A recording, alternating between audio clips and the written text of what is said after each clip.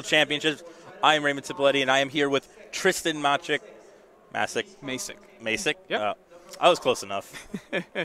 He is another very good player from the area, and today we have round 15? This is the last round of Swiss. Yeah, it is, and we have one of my good friends, Peter Kica, on the stream versus Greg Minklei. It looks like we're going to be seeing an Espeon Garb deck versus Peter's Golisopod Garbodor deck. Yeah, Espeon Garbodor is not a deck that we've seen yet today. The Golisopod, we've seen that quite a few times, but Espeon Garbodor, can you tell us more about that, Tristan? All right, so Espeon Garbodor basically had its biggest showing back at U.S. Nationals earlier this year, or U.S. Internationals. It did get a little bit weaker because a lot of decks every deck lost VS Seeker, and Garbodor kind of tries to capitalize on all the items in the discard. So a lot of people have ruled out Espeon, but Espeon does have a lot of niches with, especially against Stage 2 decks where you can play Parallel City, kind of lock down the Stage 2 decks, and then use Divide GX and be able to spread damage onto the pre-evolved forms of the Stage 2 decks. It also plays Espeon EX, which can devolve those Stage 2 decks. So it kind of just tries to lock out the Stage 2 decks out of the game instead of just beating them through pure power. Right, so you're not knocking out the GXs, you're putting damage onto the basic Pokemon, and then you're knocking them out by devolving them. Right, that's one strategy you can do. Espeon actually does have a good attack in Psychic, where it does 60 damage plus 30 more damage for each energy attached to the Pokemon. So something that capitalizes on large energy counts, such as Gardevoir. If they go too big of a Gardevoir, Espeon GX can just come in and knock it out. Right, and it also has the attack that confuses them for 1 energy and does 30 damage. So if you're finding yourself in a rough position, you can try to use that to force your opponent to be afraid to attack. Right, exactly. The Golisopod Garb deck is a value deck. This matchup, I feel, is in Golisopod's favor, just because the Golisopod deck is both decks try to play the value game, and the Golisopod just kind of comes out on top. Espeon Garb can play Acerola and come in and just kind of hit you with Psychic, but every time that a Golisopod plays an Acerola, they can First Impression for 120 damage. So they kind of just have a better value game. So I'm interested to see how Greg will overcome this. One strategy might be just by devolving the Golisopods and just trying to knock out the Wimpods. Or hopefully another key Pokemon might be the Drampa. The Drampa can discard the rainbow energies that the Golisopod plays. Yeah, and he's playing 2 Drampa. Right. And the Drampa does set up a knockout on the Golisopod if you hit with Righteous Edge with a Choice Band. Yeah, and you don't really want to be using the Espeon GX's first attack when your opponent's using First Impression, because you're hitting for 30. They're most likely going to be able to retreat, and they're going to hit you for 120. Right. That's just bad. Yeah. Hitting for 30 and getting hit for 120, that's just... Yeah, they just outvalue you, and that's why this matchup is in Golisopod's favor. All right, and we see Peter gets the optimal turn 1. He is able to Tapu Lele for a Bridget, most likely just going to get another Wimpod and maybe some Trubbish. And Greg, do you think he got a good start? He did, unfortunately, start with Espeon EX. That isn't the best starter that you want to go with in this matchup. Espeon EX, you want to see it kind of like mid-game, late-game, just to kind of devolve the Pokemon. As a starter, it doesn't really do much. Psyshock isn't a good attack. Miraculous Shine isn't going to do anything since the Pokemon aren't even evolved yet. I think a much better starter would have been either the Tapu Koko or the Drampa, at least to kind of put some pressure down on with either Righteous Edge or to start spreading damage across the board. Yeah, and if that Espeon actually gets knocked out early on, it takes away that strategy that you were talking about where you can put damage onto the Golisopods and then try to devolve them into Wimpods to get knockouts that way. He only plays 1 Espeon EX, so he won't be able to do that if this Espeon gets knocked out early on. Right. And I'm not sure if he plays any recovery cards to bring... Oh, no, he does play 2 copies of Rescue Stretcher. So if it does get knocked out, he might be able to use it later on. But ideally, like, he would not want to start with this. And it looks like he's going to just get Righteous Edged and lose it in energy. Yeah, so Righteous Edge, it does 20 damage, knocks off a special energy from the defending Pokemon. Drampa is All right, Yeah. that looks like what Peter's doing. Drampa's Righteous Edge. Mm-hmm. 20 damage, knocks off the defending Pokemon's special energy. The nice thing for Greg, or not, I guess the best case for Greg is that he can Righteous Edge Peter's Drampa right now if he can retreat the Espeon, since he didn't use a Grass Energy to use Righteous Edge earlier. Mm-hmm. And kind of just get that ball rolling of what I was saying earlier, where Drampa can just come in and start threatening knockouts, and Peter might have to Acerola this Drampa or Float Stone it. Right. And Drampa isn't going to get one-shotted by a Golisopod next turn, since it needs 2 attachments to get knocked out by Crosscut GX. Yeah, so this is going to be really interesting if both players are able to just start knocking off special energies. It's kind of a race to find basic energy so you can actually power up your Pokemon and not have them just completely mitigate your attachment from the previous turn. Right, exactly. And we see here Ultra Ball for Tapu Lele for Sycamore. Choice Band coming down on the Drampa. DCE attached. And a Sycamore. Oh. Sycamore. Did I say Juniper? Well, I regardless, it's the same effect, so he will discard his hand and draw 7 more cards. Here comes the Float Stone.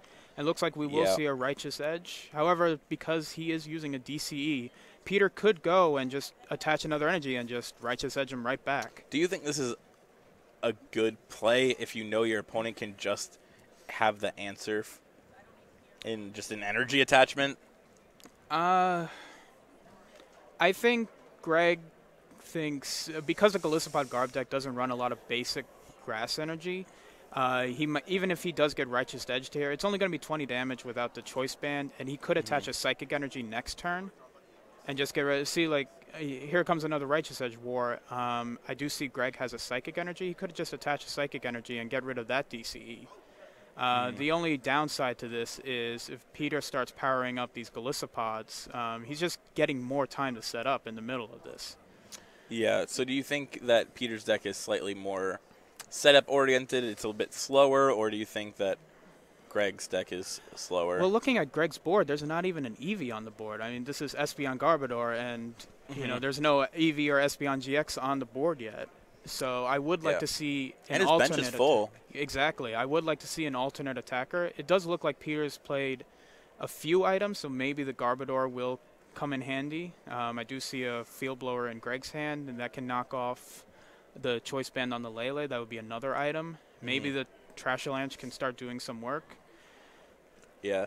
Peter's deck, is it actually all golden? Is it, or all just... Yes. It is essentially highest rarity. That's something that he started working on. He actually wants to play the hyper rare Golisopods, but he wasn't able to get them in time. I mean, I think the full arts look just fine. I actually think the full arts look better than the hyper rares. Right. So here we see, it looks like if Peter has a Choice Band, then he can just hit this Drampa. For it'll be 150. So it'll be 10 shy of a knockout. I'm actually, he's just going to first impression. I'm not sure if I like this. Because if Greg plays something like Acerola, picks up, promotes the Espeon, and then Righteous Edges back and gets rid of a Rainbow Energy, that's 2 DCEs and a Rainbow Energy that Righteous Edge has discarded. Greg only plays 1 Acerola, and he does have 2 Tapu Leles on the board and no bench space. So how does he actually get the Acerola without drawing it naturally? It seems fairly difficult. He has to actually just have it in his hand right now. So that might be a calculated risk on Peter's part. Right. The other option he has is he could attach a DCE and Berserk the Golisopod for 180 damage, putting the Golisopod down to 20, and then next turn use the Tapu Koko to spread damage. However, if Peter does have an Acerola to pick up that Golisopod, that's almost a waste of an attack, and you're going to be giving up 2 prizes for it. And Peter is playing 3 Acerolas. We saw 1 in the discard. Yeah, so he has 2 left. He does have a bench space left, so he could use a Tapu Lele to grab an Acerola. Yeah, and it looks like he's not going to do that. Gonna come down. Drampa, double or not double colors, Rainbow Energy, 1 damage onto the Drampa, and it looks like he's going to Guzma up his opponent's Tapu Lele, and I think that's going to be a big wheel. Okay. Yeah, okay, so Peter feels like he needs to draw more cards. This would definitely be a turn Greg should capitalize and use the Tapu Koko. It would set up the Golisopod for a knockout. It would also put more damage onto the Drampa, setting it up for a future knockout. Do you think there's any merit to Guzmaing up the Trubbish instead?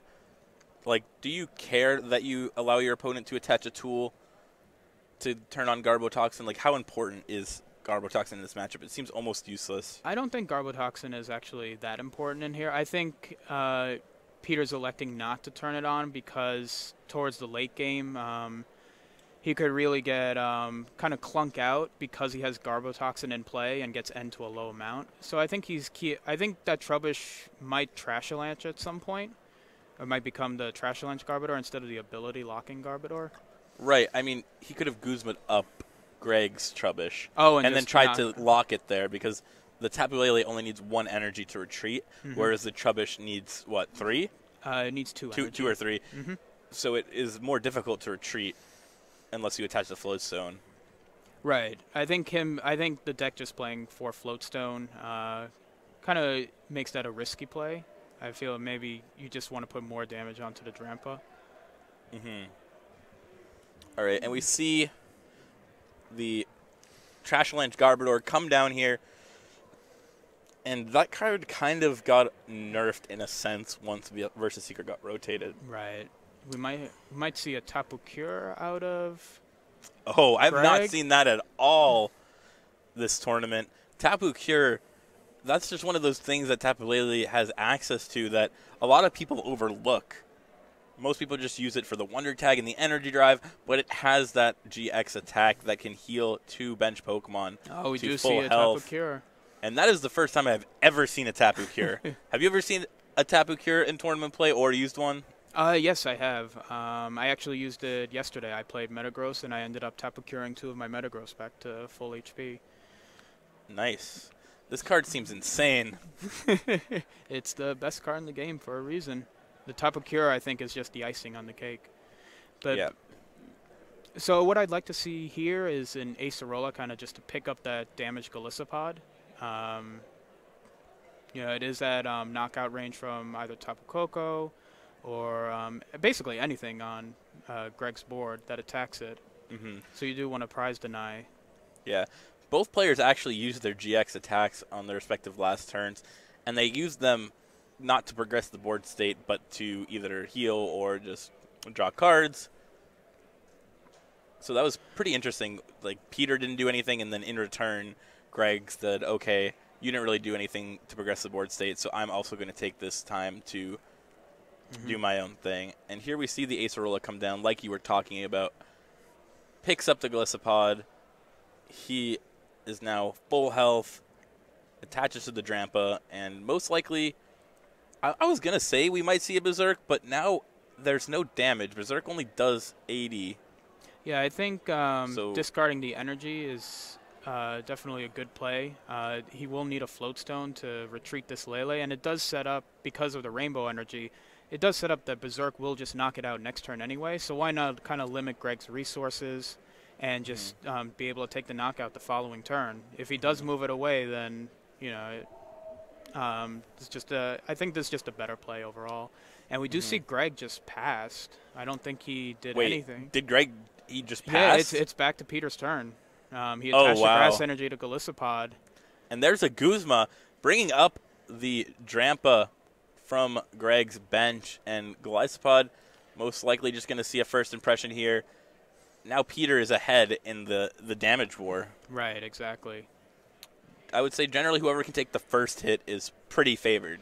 Yeah, and looking at Greg's board, he doesn't have much of a follow-up after this Drampa. Like, the Tapu Lele can hit a Golisopod for 60 right now, 90 with a Choice Band, but that's not even a 2-shot. It seems like his best follow-up play is a Trashalanche Garbodor, but I'm not entirely sure how many items Peter has in his discard, so that might not be enough damage. Yeah.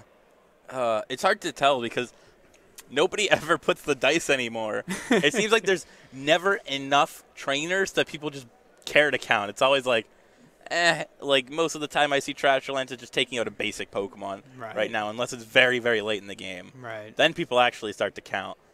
But right now we do not see anything like a Trashalanza. We just see a Berserk going to do a solid 150 damage. Peter does only have one Acerola left, so I don't think this might get a Acerola. We might see a Armor Press. Yeah, no.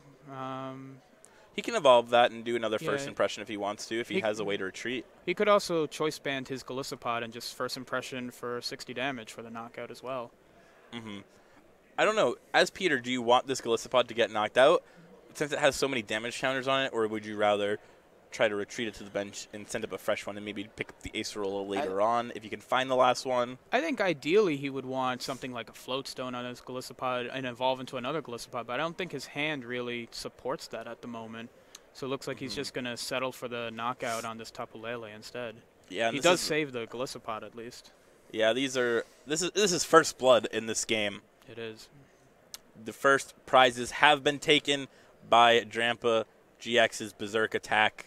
And what I really like about the play that Peter just did is Berserk from Greg's side is only going to be doing 80 damage now because there's no additional damage counters on his board.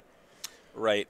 Does that mean Greg needs exactly Rainbow Energy? He only plays 2, though. Right. He will need a Rainbow Energy, and 1 was on that Tapu Lele, so he only has 1 left, provided it's not in his prizes. And he's going to need to find that if he wants to Berserk for the knockout here. And I think he also needs a Choice Band as well, if that is a 1 damage. Yeah, he does need he needs a Choice Band and a Rainbow Energy at the present time. Another play that he could possibly do is Miraculous Shine and knock out the Golisopod that's on the... Well, he would knock out the Wimpod, but I don't think that's a very good play because the Golisopod goes back to his hand. He can just evolve the Wimpod that's on his bench already, and Greg only really gets 1 prize there, and the Drampa can just knock out the Espeon. But we do see him going into Drampa and just discarding yet another energy. I think that's 4 different energies that Drampa has discarded with Righteous Edge. Yeah, this has been a Righteous Edge war more so than anything else.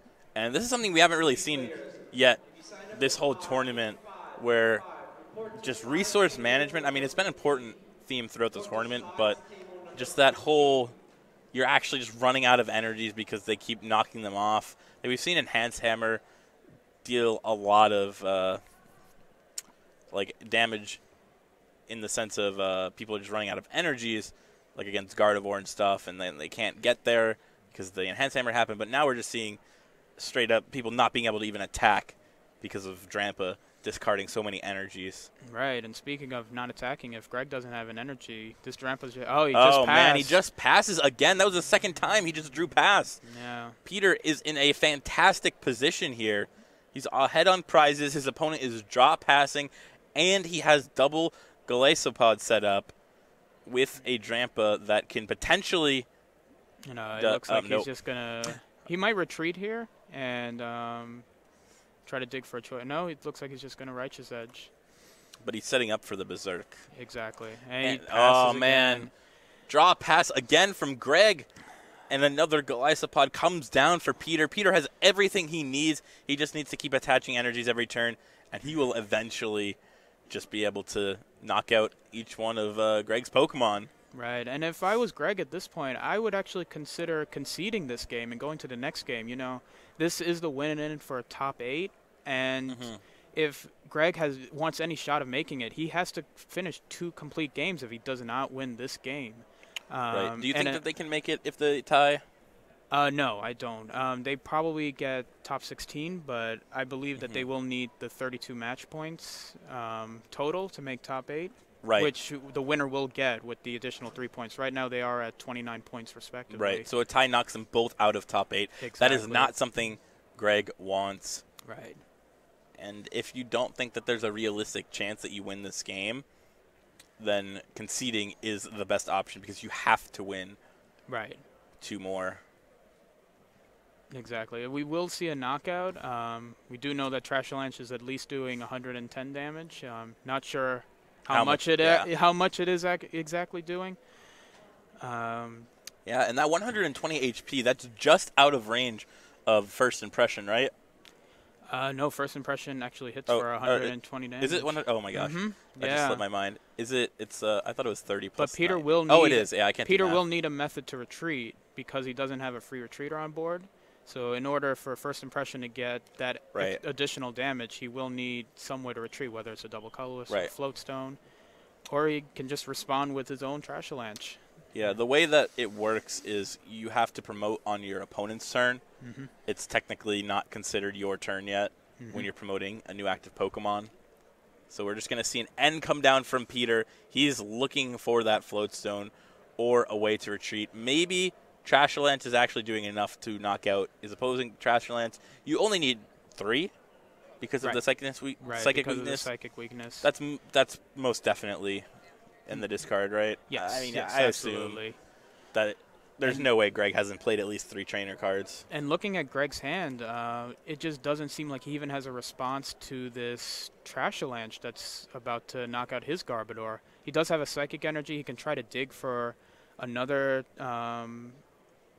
Trashalanche Garbodor, but even the Berserk from Drampa isn't going to be knocking out this Garbodor. Yeah, and here we see Peter. Oh, maybe not. He's debating retreating. So that means he would value Trashalanche's attack in the future, and would rather just have Golisopod take out the Garbodor. Yeah, I think either play is fine. He might. I'm not sure how many items are in Greg's discard. He might be trying to save the Trashalanche because it can potentially hit higher numbers than Golisopod can. But unless we knew the exact trainer count, I'm not sure how much damage Trashalanche is doing right now. Either way, I wouldn't be surprised to see Trashalanche attack sometime during this game because it is a 1-prize attacker, and right now Greg is at 4 prizes.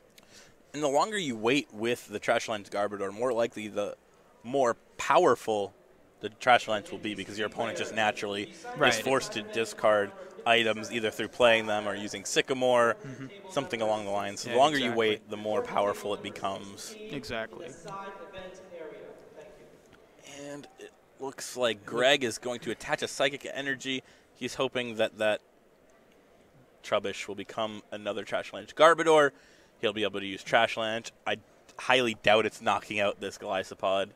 Right. Another option he could try is to Acid Spray and try to knock off an energy so Peter can't say Armor Press for the knockout the following turn in case he doesn't have a way to retreat this Golisopod. So Armor Press, it does 100 damage, buffers for 20 the next turn, but that's not enough damage to knock out a Garbodor, right? It's not.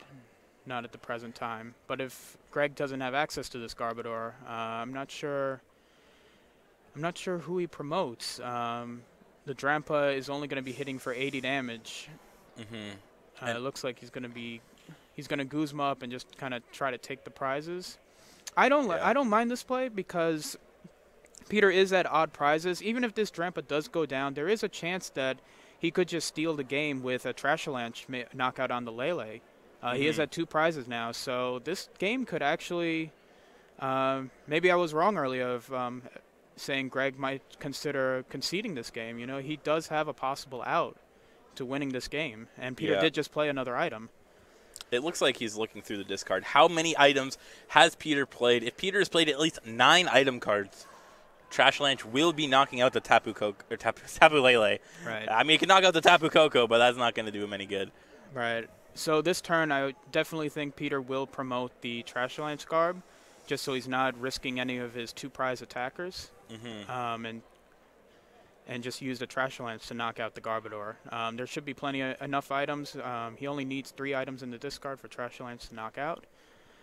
And then we'll see if Greg is able to close out this game or not. If not, I'd be very surprised if Peter doesn't win the following turn. All right, let's see. What did they get off of N? Peter's searching through his discard, seeing what resources he has left. Oh, man. We're definitely going to see a first impression, though, right? I think we'll see a Trash Avalanche. Might be. Oh, I mean, yeah, Trash Avalanche. Oh, it looks like we will see the first impression. I wonder how many items have been played. If he's first impressioning, I would imagine that there have not been that many played. Right. Because if there's any chance of a knockout, Peter most definitely would have promoted the Trash Lunch Garbodor. Right. We do see the Field Blower in his hand, I believe so. That would be another 20 damage. He can discard the Float Stone on the Trash Lunch Garbodor. And he does have a Sycamore in his hand, so he will need, I believe, a total of 9 items and a Choice Band for the knockout. Yeah, that's a really interesting dynamic where you Field Blower your opponent's tool cards, and then that basically is doing it's like pseudo damage. plus power. Yeah, it's a pseudo plus power. So it looks like there's 7, so it'll be 8. Which That's I think 160. That is enough to knock out Tapu Lele if he finds Choice Band, but there is no Guzma and 8 plus a Choice Band, so that's like, what, 170? Or 160, or 190, I mean, so that's still not enough. Right. I don't know if he attached energy. I'm trying to think if he could Miraculous Shine here. Possibly. I don't know if Peter would be able to first impression then, because he would have to evolve into the Golisopods and it might not be that good. It might. I'm just not sure. I don't know if anything on his board can stand up to a Trash Avalanche hit if Peter has a way to retreat.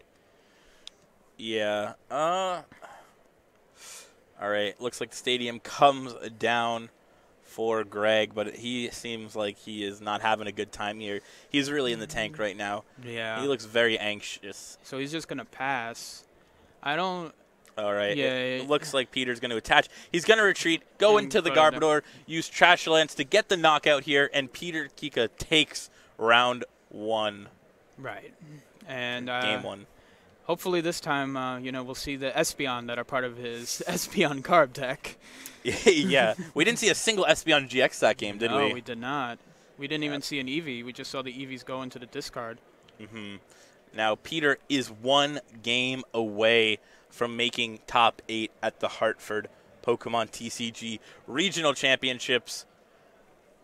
And Which is really exciting. I believe this will be Peter's first top 8 if he makes it in a regional or ever in the regional championship. Wow. So, hopefully the nerves aren't getting to him right now. He knows he's just 1 win away from getting that top 8. And yeah, that's a big deal when you've never done it before. I had assumed Peter had I assumed he had already done it. He's been playing for a long time. Yeah, he's been playing for about 3 years. And Peter is a very good player. He's had his Worlds invite 2 times now. But he just, these regional tournaments, they've gotten so large that just the top 8 has escaped him. But it looks like he's really ready to, show everyone that he is as good of a player as, that I know him to be, since I play with him all the time. Yeah, he's your playtest partner. He's part of your group. Yeah. He's your homie. He's your boy. Yeah, exactly. He's not named Guzma. But Greg does have 9 wins here. It's not, you definitely can't count him out either. So we have to see if he can pull it out in game 2 or not. It's actually crazy how much growth the community has had over the course of 3 years. Like back when I played, when I won regionals, I was winning 300-person regionals. Yeah. Now we're at almost 800-person regionals. That's exactly. This weekend more than double the growth in only a few years. Yeah, it used to be 200, 300 people regionals, and it would be a top 32. So you only had to be in the top 10% of the people that were there to make top cut. Now it's 32 people out of 750. Yeah. That's incredible. That's like single-digit % numbers. So these players really are, some of the best just to be able this to far. even make it. Yeah. Yeah, exactly. All right. It looks like Greg is going to play a Tapu Lele on turn 1. What do you think he wants to try to get here? I would like to see a Bridget. It looks like he is going for an N. His hand may be, maybe it's the resources in his hands are too valuable to discard with something like Professor Sycamore. Bridget might be prized. He might not have a follow-up after the Bridget. We do see another Tapu Lele, a DCE.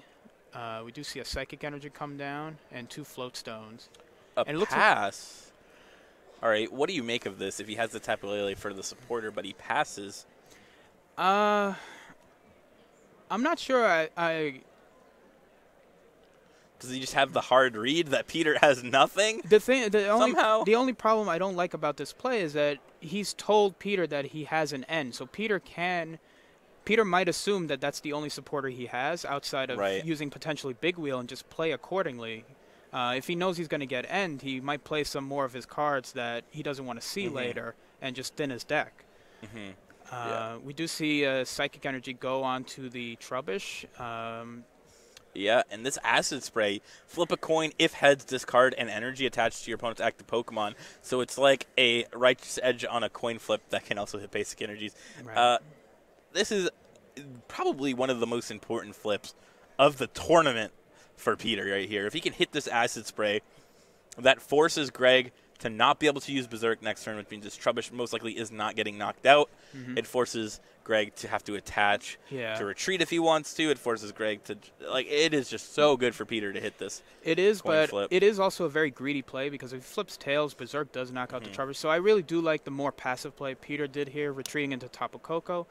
He's not going to be able to knock out the Tapu Koko with Berserk unless there's damage counters on someone else. So he knows that Tapu Koko is safe. However, Greg does have the Berserk knockout on this Wimpod, which is huge because there is no other Wimpod on his bench. So there is no chance that we're going to see a first impression next turn. Yeah, that's kind of crazy. Like, he's just been holding this N pretty much since he got it, right? And not playing the N has ended up paying off for him as Peter is kind of struggling to set up right now. Although I would like to see Greg develop his board state a little more. Right now it is just a solo Drampa, and that Drampa's DCE can be just removed by the Righteous Edge that Peter just got by his Drampa from the Bridget. Right, and we see Peter goes with double Wimpod plus a... Oh, did he not why get did a third? He put a... Yeah, there shouldn't be How did he get a Drampa? Oh, he can't get Drampa. He can get Drampa with Bridget. He got 2 Wimpods and Drampa with the Bridget. I thought you could only get a basic. You can only get you can either get 3 basic Pokemon that are 3 non-EX Pokemon or it's non-EX. Okay. Yeah, exactly. And GXs are not considered EX Pokemon. So that's what made Bridget such a strong card. Just when GXs came out, because Bridget can grab 3 of them. If you have an all GX deck, that just gets 3 of your squad just right out onto the bench. Yeah. We do see the Guzma play here. I'm interested to see if Greg can somehow pull out the 180 knockout this turn. Maybe he has a Rainbow Energy for his Tapu Lele. He does have the Choice Band. Yeah, and we see him retreat into the Drampa, but Berserk is only doing... It's only doing 110 damage right now with the Choice Band. Plus the Choice Band. So 110. That's not going to be a knockout unless he can't damage his own Pokemon, right? Unless could he only Rainbow Energy, right? Because the Po-Town, he just benched his Trubbish. He can't evolve it into Garbodor. So he's only doing 110. It looks like he's going to elect to do the Righteous Edge instead. I like this. There is a damage counter on the Trubbish on the bench on Peter's side. So if he didn't Righteous Edge and just hit for 110, Peter could just go Choice Band another energy and just say Berserk and knock out the Drampa on Greg's side. So I definitely like the play of using Righteous Edge. Was there ever any merit to just attaching double colorless energy to Tapu Lele? Because he knows that if he's going to Righteous Edge this turn, that Peter's most likely play to follow up is to Righteous Edge back. So since he put the DCE on it, like, he could have just attached it elsewhere and just had an active with just a Psychic Energy on it.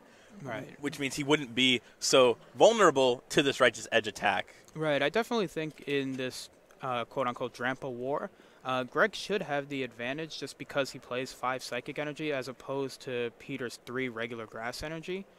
I think the swing factor is that Peter plays more copies of Acerola, so Peter can just pick up these Drampas with Acerola and kind of prize deny and then use something like Golisopod to hit.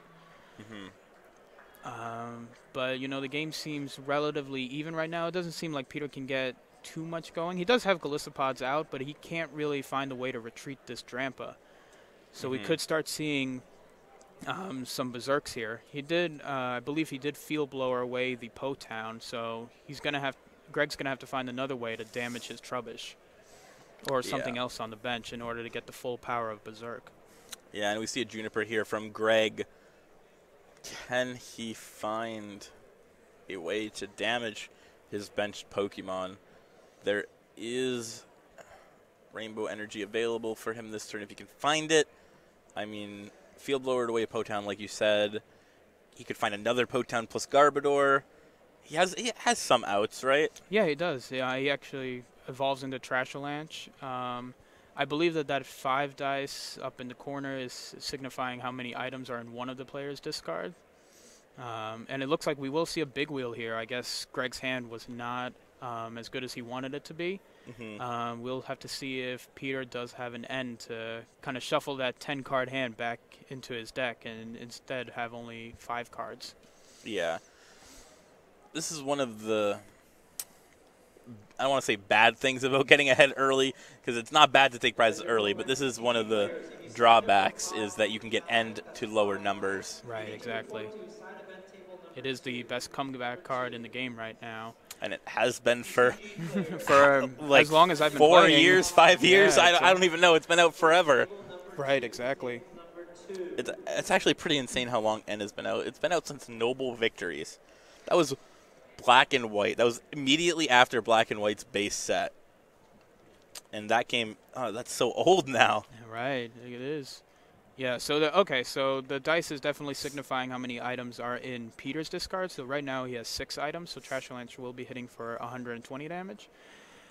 I'm interested to see, like, we still have not seen, he does play the end, but we still have not seen an Eevee or an Espeon on Greg's side. Espeon isn't the greatest attacker against Golisopod, but that confusion can really come in handy at some points. It would stop a streaming like something like Crosscut or an Armor Press after a first impression. The other thing, too, is it also kind of puts a little psychological effect on the player because their Pokemon is confused, and they might want to try to retreat it as soon as possible. They don't want to take the flip. And, you know, Greg's down a game. He needs any advantage he can get at this point. Yeah, and like you said, Greg is down a game. 13 minutes. 45 seconds left to go. I don't see any way that Greg can realistically win 2 games right now. I don't think so either. I think Greg, at this point, you know, he's playing for the tie. But that doesn't get you there. He gets, you know, he'll get top 16. He will get, I believe, $500 for top 16. I think so. Plus you get product, right? Right, you do get some product as well. So, and Peter here, his goal, he either wants to outlast his game because he won game 1. If Greg doesn't win a game, he will win the set by default. So he just wants to either win this game or just outlast these last 13 minutes. Yeah. I mean, there's definitely a reason for Greg to try to play this game to the best of his ability, win the game, and get a tie just so he gets more prizes and more championship points. Helps him qualify for the World Championships. And I believe Sam told me that Regionals does not have a cap this year? It does not have a cap. So he can attend as many regionals as he wants and get points from as many as he wants. So he has unlimited chances to attend regional championships and use those points towards his Worlds invite for next year. Yeah, so getting top 16, getting top 32, it's actually more important than ever. Before there was a cap where you could only perform at, 1 or 2 regionals. Right. They only took your best finishes, whereas now it's infinite. You can just stack up those points. So getting top 32, top 16, 128, whatever it is, it's just so important. Right. And we do see Peter did use Trashalanche from last turn. I don't mind this play just because the 60 damage does set up a first impression knockout, which he has set up with the Tapu Koko free retreat and an energy on his Golisopod. And you know, Greg still doesn't have the full power of Berserk yet. So this Trashalanche might not even get knocked out. He needs to find the Potown or Rainbow Energy. Now the Potown won't even be effective because he's already evolved a Pokemon that can evolve on his bench. So I think he's digging for the Rainbow Energy for the Trashalanche. He has to find exactly that, and there's only 2 in the deck. Right, and looking at his hand, he did not hit it. He hit a regular Psychic Energy, but this Drampa is not going to be able to knock out. He could hard retreat into... Oh, wow. Yeah, it looks like that's what he's going to do. He does need to take this knockout. And this is somewhat good for Greg. He will go back to even prizes, so if he can somehow knock out the Golisopod on the bench, or one of the 2 more GX Pokemon that give 2 prizes, he will be able to take this game. So he did want to take a non-GX knockout just to go back to even prizes. It's just unfortunate that he had to discard the DCE to do so. Yeah, here we see Peter just kind of mulling over his options. He has the ability to free retreat with Tapu Koko. He can just bring up a Golisopod, attach 1 energy to it, and first impression for the knockout if he wants to. He doesn't even need to attach an energy. He does have an energy, it looks like, on the Golisopod with 4 damage on it. However, that Golisopod is at 170 HP, so there is a possibility that the Drampa knocks it out. Yeah, but he has to find the Rainbow Energy. Wait, can he? Because he can't attach and also damage a bench Pokemon. He actually could now because he just needs a choice band onto that Trashalanche Garbodor. Peter does have 7 items in the discard if those dice are actually accurate. And a choice band will do exactly 170 damage, knocking out this Golisopod. Then he only needs to KO the Drampa on the bench. I think Peter just hard retreated. So instead of I think Peter could have just hard retreated and knocked out the Trashalanche without a tool, just to kind of save himself from that play. We'll have to see if Greg can capitalize. Yeah, that's and we do see the choice band come down, so the Golisopod will get knocked out this turn if there's in fact 7 items in Peter's discard. If Peter had knocked out the Trashalanche Garbodor with no tool on it, do you think that he could have prevented being knocked out? I think so, because Greg would have to do a really wonky play of field blowing his Floatstone off and putting a choice band down. Yeah, that would be kind of crazy to see. It'd be a sick play, but maybe it's just something that Peter overlooked. But I do think that this Golisopod will go down this turn, putting Greg back to 2 prizes. And if the Drampa goes down, that's only at 130 HP, so that a Trashalanche would knock that out too. We could see a tie here or a potential Game 3, or a rather quick Game 3. Yeah. I mean, we have seen that once on stream where Igor Costa got double Max Elixir plus Fire Energy to just take a turn 1 knockout in Game 3 to just end the series. But these decks don't have that potential. It's more like you attach and then you are able to Berserk for a knockout or something like that on a Trubbish. It's far more unlikely that it happens in these decks than it does in some of the other decks that we're right. And we do see the knockout on to the Golisopod. Peter will be able to respond with a first impression if he does have an energy. He attaches to the Drampa. I think he's just trying to thin that's a tool. Yeah, that's a choice band, it looks like. It almost looks like a double color sending energy to me. Sometimes it's hard to tell because they're all so shiny. They are shiny. It's Peter's definitely flexing his wallet right now. Yeah, he likes to do that. I play Overwatch with him all the time. He's got all the skins. He's got all the cool stuff. And it looks like Peter is going to concede this game, so we have 7 minutes to see if these players can finish Game 3 and see if one of these players will make it into the top 8.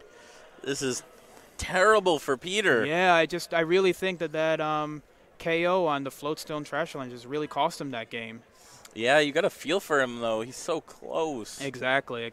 Maybe playing on stream, I mean, you have some nerves. Right. Maybe that's not the most obvious thing to do. It definitely is nerve-wracking. I've played on stream several times, and it is definitely more nerve-wracking because even though people aren't watching you in that room that they're in right now, people are watching. You know that we as commentators are speaking about their game and pointing out what's going on.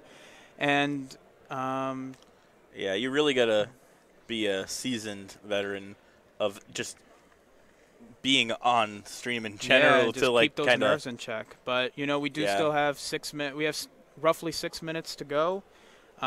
These decks are rather. Golisopod is a quick deck. One of these guys could dead draw and have a quick game. That would be a very unfortunate way to end the series, but otherwise I don't really see how this game's gonna end in time. Yeah, and Peter mulligans there, but he is gonna be able to go first. Right. So that is the one good thing that is going on about the situation. And it looks like Peter starts Tapu Koko. Yeah, and I think I think both of these players are well aware of the time constraints. I think Peter's definitely playing quicker than he usually does. Yeah. I just hope that them rushing doesn't impact their plays or anything, because some of these plays could be rather intricate, and there is a lot of sequencing, especially in the Golisopod deck, where you don't want to make any mistakes just because you're trying to hurry up and finish this game. Yeah, but we haven't really seen Greg's hand at all, so there is that off chance he just doesn't have anything, and the Trubbish just kind of sits there. Oh, man. Wait, does he have... You see a float stone. Does he have a supporter? He has an Ultra Ball, it looks like. So he will be able to grab a Tapu Lele. What if it's prized? No, that's not if he prized all of his... it looks like he plays 3 Tapu Lele. If he prized all 3, then it's just Peter's day. It's just Peter's day to going to Top Cut. Yeah. So we do see that. I'm interested. I think he's going to go for a draw supporter, just because it doesn't look like, if he has no other support in his hand, going for Bridget isn't going to help him much here. Right. He chooses N. He does choose N. He doesn't want to let go of the remaining resources in his hands. He'd rather just shuffle them back in, draw 6 more cards. And potentially disrupt Peter a little. Yeah, Peter actually misses attachment for the turn because he chose to bridge it. That's one of the downsides of Bridget, is if you don't have the attachment for turn, you're most likely just going to choose the setup over being able to attach. The nice part about the Golisopod deck is it only does need 1 attachment, so he does effectively have 2 turns to find it, and he does find it in this hand with a supporter. He finds a lot of them. Right. I don't see a Golisopod, though, so... it looks like he's going to have to use a supporter to try and dig for something to attack with, unless he wants to hit with Tapu Koko this turn. Yeah, and there is Po-Town. Peter wants to find a Field Blower to get rid of this, otherwise his Golisopods are going to be taking damage when they evolve. Right, and the Po-Town math actually is relevant because Drampa is able to hit 180 damage, and the 30 damage from 210 is 180 exactly. Luckily, Peter does have the Field Blower. If he can follow this up with a Golisopod from this Ultra Ball, he should be in good shape. It looks like he's going to be hitting for 120 damage this turn with the first impression, and we'll just have to see how Greg will respond. Yeah, and we see a Golisopod come down here. Can Peter respond with a first impression? It looks like he can, but it is only doing 120, so it's not knocking out the Tapu Lele. Tapu Lele's never knocking out the Golisopod. It looks like he's going for the Trubbish. Oh, he's just going to take the Trubbish knockout. Interesting. Maybe he wants to try to one-shot the Tapu Lele with Golisopod's GX attack. Yeah, that's definitely a play he can try to set up. He needs a double colorless energy and a choice band, and he can do 180 damage. And depending on Greg's hand, I think if he realizes that he doesn't have to... Peter's tempo is just so much greater than his own, I think he starts going for the long grinding game and goes to something like Drampa and tries to discard energy and kind of just force the tie at this point. Yeah, that's going to be so unfortunate for Peter, because if this game played out right now to its Peter entirety... right now Peter definitely does have the tempo. But it kind of looked like that the previous game, and Greg ended up winning, so... Yeah, that was very impressive from Greg. Yeah, he's on the winning end for a reason.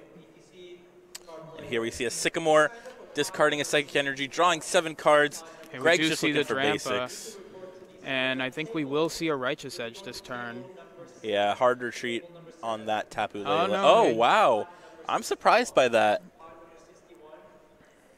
Just dealing 60 damage. This is effectively a free knockout, because The Crossing Cut GX, if he finds the choice band, he can just do 180 and then switch out the Golisopod, forcing Greg to have Guzma. Right, exactly. If he does have Guzma, like, Peter will lose. Peter will give up the 2 prizes. Yep. But if Peter can find another Golisopod to kind of follow up for the Drampa, then he should be all right. Now, there is 2 reasons that Greg might not have gone for the Righteous Edge. And one of them could be both players could have done a gentleman's agreement prior to the match starting where they... No? I don't think so. You know, if this game does go to a tie, I think they are both going to take the tie and just walk away with their top 16. Yeah. That is going to be a first impression, just dealing 60 damage. He cannot find the DCE. He does not even find a way to switch out. That's very unfortunate for Peter. There's no way he's going to be able to win this game in the allotted time. It's 49 seconds. It looks like this is going to go to time, which is really unfortunate. It looks like Greg will take the knockout here if he chooses to hard retreat.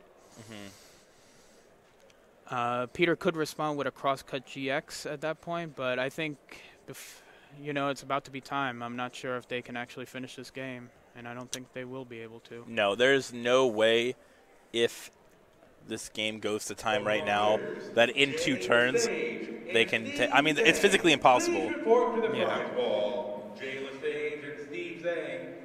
And it's just so disheartening to see 2 players like this. You know, they've done 14 rounds of this. They're so close, and you know they're going to come up short. Yeah, it is all for. I mean, it's a decent amount of championship points, top 16. Yeah, I believe it's 80 championship points. Yeah, that's more than a League Cup. It is. It's 1/5 of your World's Invite this current season. Yeah. So they're 1/5 of the way there. It's still very early on as well. Exactly. And if either of these players are debating chasing the top 16, it's definitely something that they want. All right, Peter here is just going to play a Tapu Lele. Time has been called. He gets the Guzma. He will most likely just take the knockout on the Tapu Lele. But, I mean, you can't take 5 prizes in 2 turns. No, not with the Golisopod deck. You can't. And, yeah, he's just going to take the knockout on the Tapu Lele. Yeah, if he was at 2 prizes, you know, he might have been able to do it with Crosscut GX the next turn, but he can't take the 3 prizes. I'm trying to think if there's any way Greg can take. Greg could take 4 prizes if he evolves a Trubbish and goes Guzma on the 2 Leles and just knocks them out with with Berserk. And he does evolve the Garbodor. However, he hasn't placed a damage onto the Garbodor yet. Yeah, and it looks like Greg is just going to Ultra Ball. I mean, he might have one more Lele for a Guzma. Even if he can get it, he'd have to take consecutive GX Guzma, knockouts. and he did discard the Guzma, so maybe he's just happy with the tie. Yeah, I mean, he's thinking about it, but in the end, it's all for naught. There is no way he can actually take 4 prizes anymore. The only out is double Guzma play, and I believe that I believe he's discarded 2 now. So yeah, how do you get there? Like maybe. Yeah, like, I mean, this probably is never going to be the case, but maybe he accidentally discarded it. I highly doubt that, but I don't know what your goal is here. Yeah, it looks like he might just try to end Peter just to make sure that Peter, you know, there's absolutely try to mitigate Peter's responses and make sure that this absolutely does go to a tie. But I think I would have preferred trying to go for an aggressive route and try to at least try to win this game in time. Yeah, it depends when the judge actually called time, though. There's a chance that time got called on Greg's turn, so he was turn 0. Yeah. So, I mean, we don't really know. I think this is turn 3 now. Or turn... I think time was called on Peter's turn, so this should be turn 1. Okay. Yeah, we asked them earlier to use the dice to try to help us figure it out, but it looks like they're not doing that. Yeah. I think the 3 might be the amount of items in Peter's discard, perhaps. Yeah, it might just be there at this point. Who knows? 1, 2, 3. Yeah, it is. It is the amount of items. Yeah. And Oh, he does have the Guzma. But he's not going to try to take a knockout. He might not have the choice band. Yeah, he's just going to... Yeah, he's just going to hit for... 120.